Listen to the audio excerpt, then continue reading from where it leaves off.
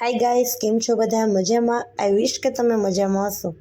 તો હું ફરી લઈને આવી છું એકદમ નવી રેસીપી સાથે, જે છે ચોકલેટ જેવી લાગતી ચોકલેટ અને ગોળની ટેસ્ટી અને યમી બોલ્સ.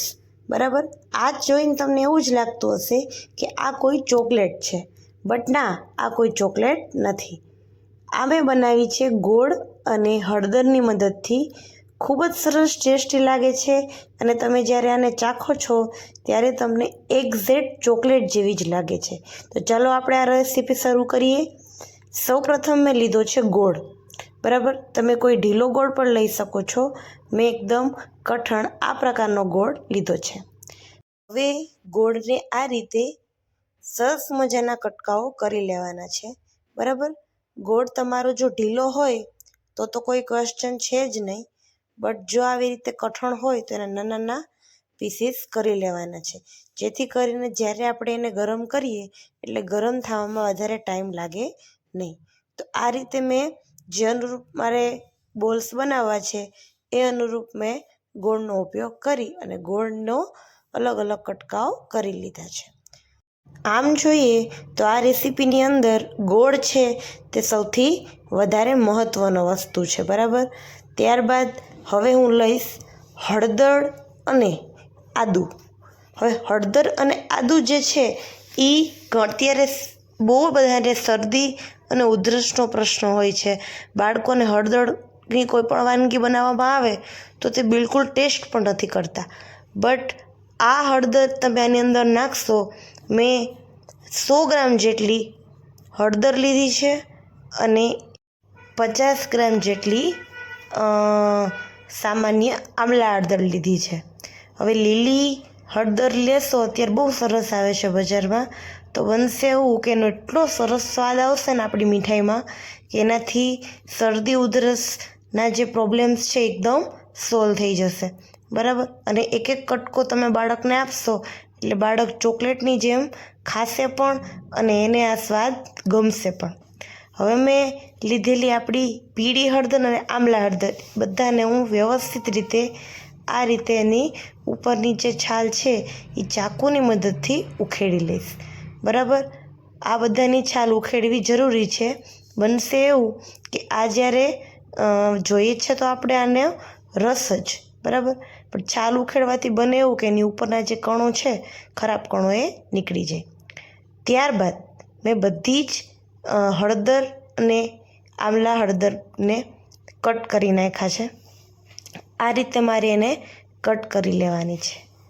કટ કર્યા બાદ એને મિક્સર જારમાં નાખી અને પ્રોપરલી મિક્સ કરી અને મિક્સર કરવાનું છે, પીસી નાખવાનું છે.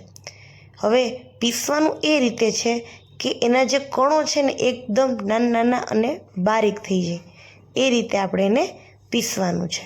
બરાબર, તો મેં આખી જ હળદર અને આમલા હળદરને મેં વ્યવસ્થિત રીતે મિક્સરથી પીસી નાખી છે. તમે જોઈ શકો છો આ રીતે મિક્સચર થવું જોઈએ. ત્યારબાદ મેં એક વ્હાઈટ કપડું લીધું છે. એ કપડાની અંદર આપણે જે પેસ્ટ બનાવી હતી એ પેસ્ટ એની અંદર નાખી છે. બરાબર, હવે બનશે એવું કે આખી પેસ્ટ નાખ્યા બાદ આ રીતે મેં વ્હાઈટ કપડું શા માટે લીધું છે તો કે એ હંમેશા પાણી છોડશે. બરાબર, આ રીતે તમારે હાથની મદદથી બને એટલું પાણી કાઢવાની કોશિશ કરવાની છે. જો આ રીતે ઘણું પાણી છોડશે. બરાબર, બધું પાણી કાઢવાનું છે. આ પાણીનો જ મેન ઉપયોગ આપણે કરવાનો છે. વધેલો જે હળદર અને ચટણી જે બે હળદરનો ભાગ વધ્યો હતો એનો તમે ફરી ગમે તે વસ્તુમાં સૂકી હળદર તરીકે ઉપયોગ કરી શકો છો.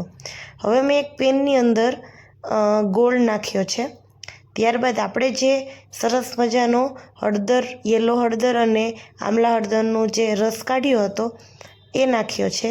ત્યારબાદ લીંબુ નાખ્યું છે. બરાબર, લીંબુ મેં અડધું જ નાખ્યું છે, ખાટું મીઠું બાળકોને ગમે. ત્યારબાદ સતત મારે એને ધીમા ફ્લેમ ઉપર હલાવતું રહેવાનું છે આ રીતે.